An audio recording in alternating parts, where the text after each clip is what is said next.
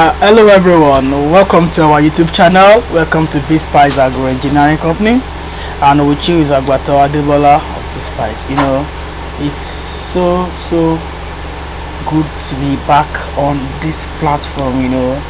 I'm so happy that I'm here again to discuss a very interesting episode. And guess what, we are bringing back the Catfish formulation series due to popular demand. So this video I will be explaining classification of fish feed ingredients for both tilapia and catfish. It's going to be a very interesting one. Please follow me, and mind you, please, if you know you have not subscribed to our YouTube channel, please just subscribe now. Press the red button, press it, and press the bell, so that whenever I drop any interesting episode, any very interesting episode or any video, you will get notification, or you get notified. So you just be the first person to get notified when I drop videos.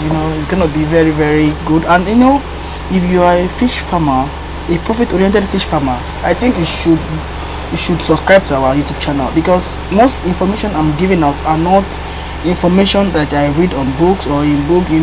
These are based on my experience, on our experience as a company, as a fish farming venture, as a company that produces extruder machine. So this has been our over years experience. So I'm not any video I'm doing on here are not based on my past, on what I go to the internet to read, or no, they are based on our experience. So please take them serious, because some of these things we do them on our farm and we get results, and we are still getting results. So that's why I thought to share, because fish farming, most people believe that in fish farming you cannot make profit. Then let me tell you the truth, it's not true. You can make profit. People are making profit. Just for you to understand some little basics, some basic things. Once you understand those things, then you capitalize on it, build on those basic things, then I can tell you success is yours. So please follow our video, and once again subscribe and comment. See if there's things, there are questions, or if there are anything I've said over the video and you don't understand, you can make comments on the comment section. I will go through it and respond accordingly. And you can even email us, visit our website. Our WhatsApp line is out there, so you can WhatsApp us. So we will definitely tackle this together. I know, because when you make profit, that is when we too be happy. You understand? As a fish farming venture, as a fish feed producing company, extruder manufacturing company, when farmers succeed, that is when we too succeed. So that is why I'm always clamoring that please understand the basics. Please understand the basics. And why did I choose feed formulation? Why did I talk more on feeds? Because see, feeding, you spend about 70% of the total cost of production on feed. If not, some people spend 80s. So you need to understand this aspect very well, because this is the aspect that the chunk of your investment is really going into. So why don't you understand this aspect very well? So that is why I'm clamoring. I'm doing more videos on this to make us understand things that we need to know about catfish feed formulation, tilapia feed formulations. So please subscribe, so anytime I drop a video, you will get notified. Please, thank you so much. I said today I will be talking on the classification of feed ingredients for fish, catfish or tilapia. So I will be discussing on the classification, the different classes we have that makes up a balanced and complete fish feed ingredient.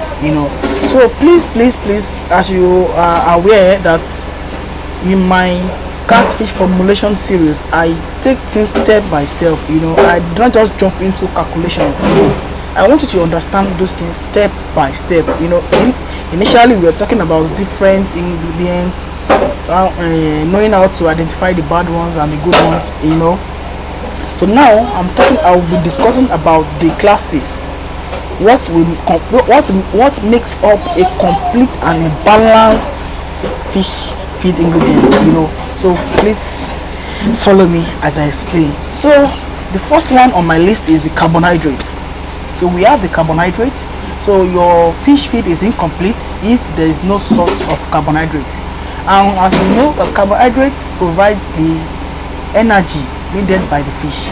So I can say basically that your energy source, the energy source of your feed is from the carbohydrate present in your feed. So let's go into identifying this feed ingredients that falls under this carbohydrate source. So for example, we have the maize, we have the cassava, we have the gari, also cassava, so these are things that provides, these are the energy source of your formulation, energy source of your formulation. And it's advisable that you should know the type of fish that you want to formulate for. If you don't know it, then you won't know the calculated amount of energy or the percentage of energy you need in a particular formulation. You understand? Because normally any book you read will tell you you can use 30% is good, 30% energy source is good for your formulation. But we need to also consider the fact that what type of fish, what is the age of fish, and also what is the energy requirement of this fish that I'm about to formulate for. What is the energy requirement? So until you understand the energy requirement of that particular feed, of that particular fish, the age, that's when you will know the percentage of carbohydrates of carbohydrate that you need to include in your formulation. So it's not a hook, line and sinker thing. It's not that energy should be 30% or carbohydrate should be 30% in my feed. No, it's not automatic. It's a thing that you need to understand the energy requirement of that fish. Takes me to my next subtopic, which is the protein. The protein is a very important class in catfish formulation. You need to understand this one very well. So please sit down and let me explain to my own best, the best of my knowledge, because protein is very important. And because majorly in Africa we farm catfish. Yeah, people are just now farming tilapia, but majorly we farm catfish, and we know catfish requires high proteinous feed. Your protein needs to be about 30, 25, 42 at the extreme, for you to have a fast growing catfish stock.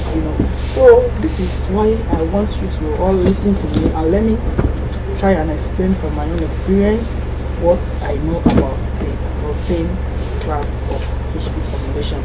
So in protein class, these are the ingredients that provides more protein to the animal, to the fish. You understand? So the protein source ingredients are ingredients that provides your fish with the adequate protein needed.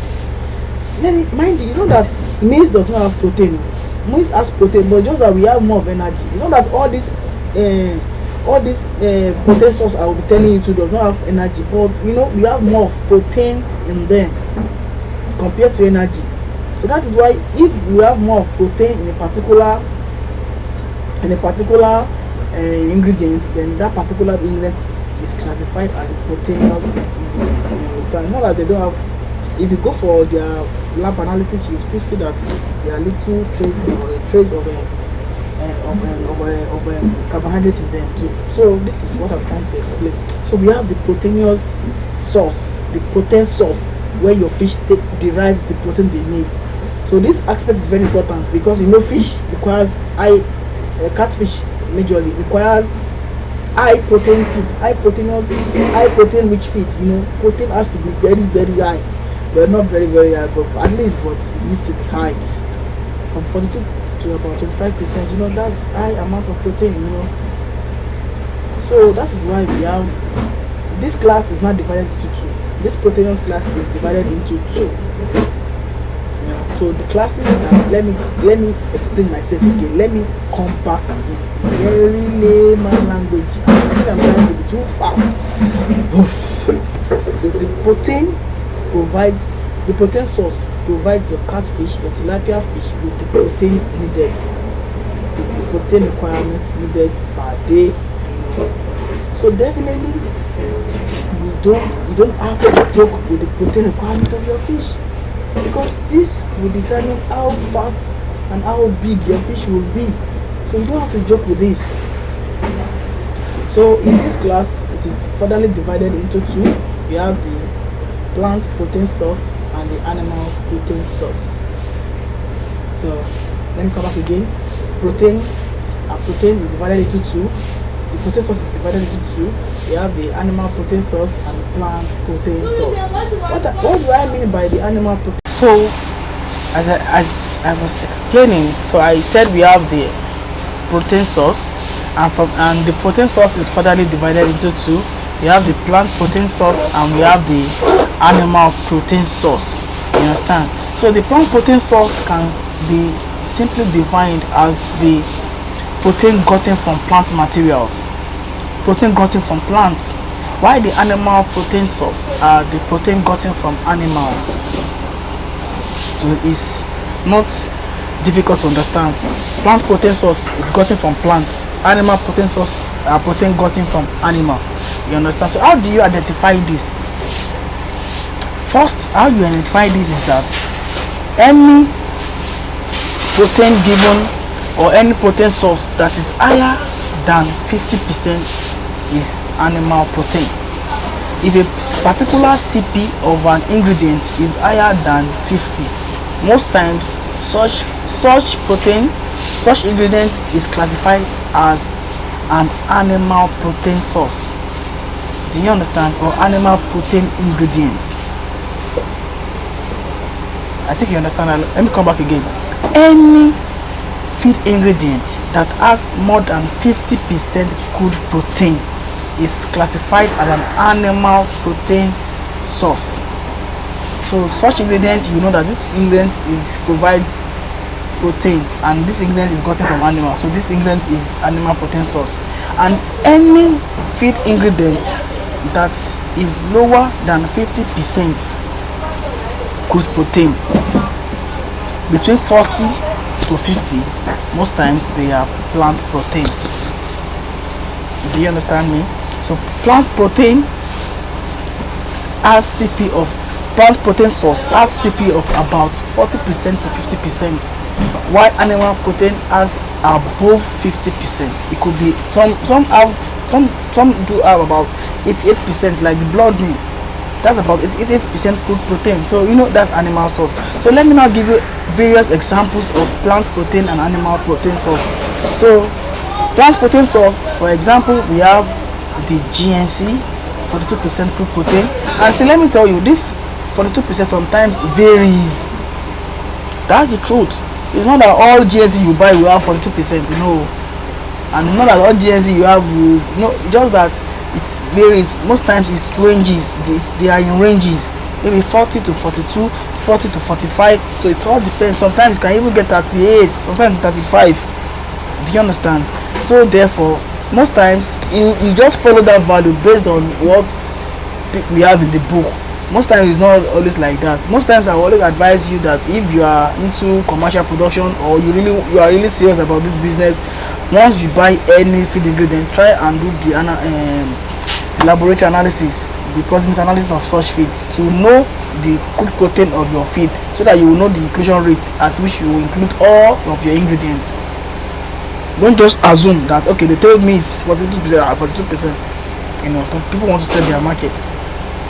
So definitely, so like I earlier mentioned, that the 42% and 40 plant protein is around 40 to 49. So from 50 to about 100, I'm not sure we can have 100, but let's just say from 50 to 90 to 88, it's animal protein. So we have plant protein and we have animal protein. So for example of plant protein, we have the GNC, we have the soya, we have the wheat, we have the millet. These are plant protein.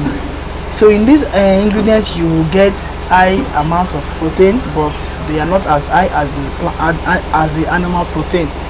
So most times if you Google search these examples I'm giving you, you will see that their CP is between 40 to about 49% crude protein. So this made us to categorize them as plant protein source. Why the animal protein source? We all know we have the fish meal, we have the poultry meal, we have the meat meal, we have this we have the blood meal, we have the feather meal. These are animal protein. These are animal protein because they are gotten from animal and have a very good CP, and a very good amino acid profile too. So there's no way you can compare animal protein and plant protein. Animal protein is always the best, but they are very expensive. So this is when you now need to understand the inclusion rate. Animal protein is good, but it's expensive. Plant protein is not as good as the animal protein and it's less expensive. So understanding these two things will now give you the better understanding on how to now adjust and how to you will now include these two in your feed ingredients and still maintain a reasonable price, price after a complete formulation. I think you understand that. So if you are into formulation and you really want to understand, you should understand what I'm trying to say, because see, formulation has to do with costs, costs and quality. That's what formulation really needs to deals with.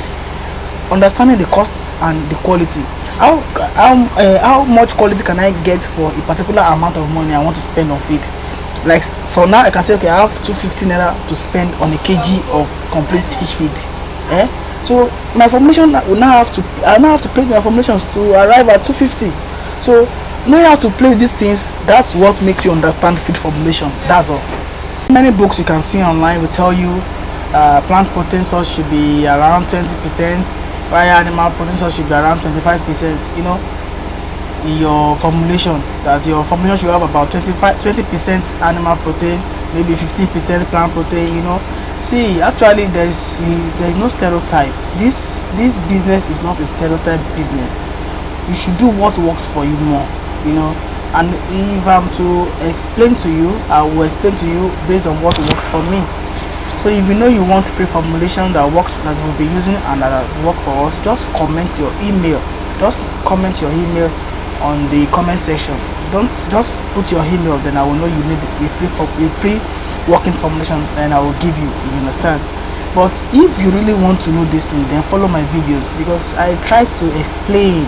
I try to make sure people too can formulate their feed themselves. Don't just ask people for formulations. You need to understand these things yourself. So that brings me back to protein. So protein source, animal source, plant protein source, and I've given various examples. I just remembered an example for plant protein. Benefit too, as an example of plant protein too. So knowing how to include these two protein source into your ingredients will definitely tell on the amount your formulation will be at the end, and the amount per kg that your formulation will be, and also how quality and how rich your fish feed will be. So I think I should go to the next classes, which is the lipids, and I think I will stop on this. I don't want the video to be too long, so on the lipid I think I will stop this particular episode on lipids, so that it will not I will not bug you with too much to watch, and not waste more of your data. So let me keep it as short, concise, and very, very detailed. So lipids, and as we know that if you don't have lipid in your in your formulation is not complete. So what do we call as lipids? Lipids could be fat or oil. So we call it fat and oil. I say fat or oil, you understand, because you can't put fat and still put oil in your feed. The energy will be too much, because I've always been mentioning that if you are including oil whatsoever, groundnut oil, soya oil, fish oil, or whatsoever oil you are putting in your fish feed, please, it should be in tandem with the energy source. If you want to add more fish oil to your feed, please reduce the energy, reduce the maize, reduce the energy source I just mentioned, because oil alone adds about 3 times the energy of maize. You understand? Oil itself has 3 times the energy of maize. So please, the amount of oil you will be putting in your formulation should be based on the calculated amount of energy you want to have at the end of your formulation.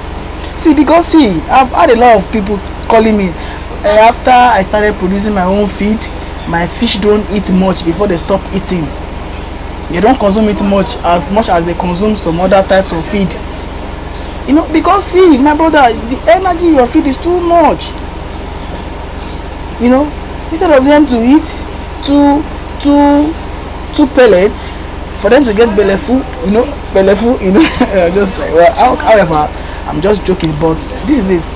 If the oil content in your feed is too much, then your feed will eat less of the feed you are producing. So this is one of the major problems we have with locally formulated fish feeds. You see that your fish don't eat more of it, and I say, fish feed, local fish is because it is heavy. It's heavy, it's giving them weight. No, it's not giving them weight. Sometimes you even see that your fish are not even growing properly again, because you feel that they are not eating much because the feed is heavy, so it's filling them very well. No,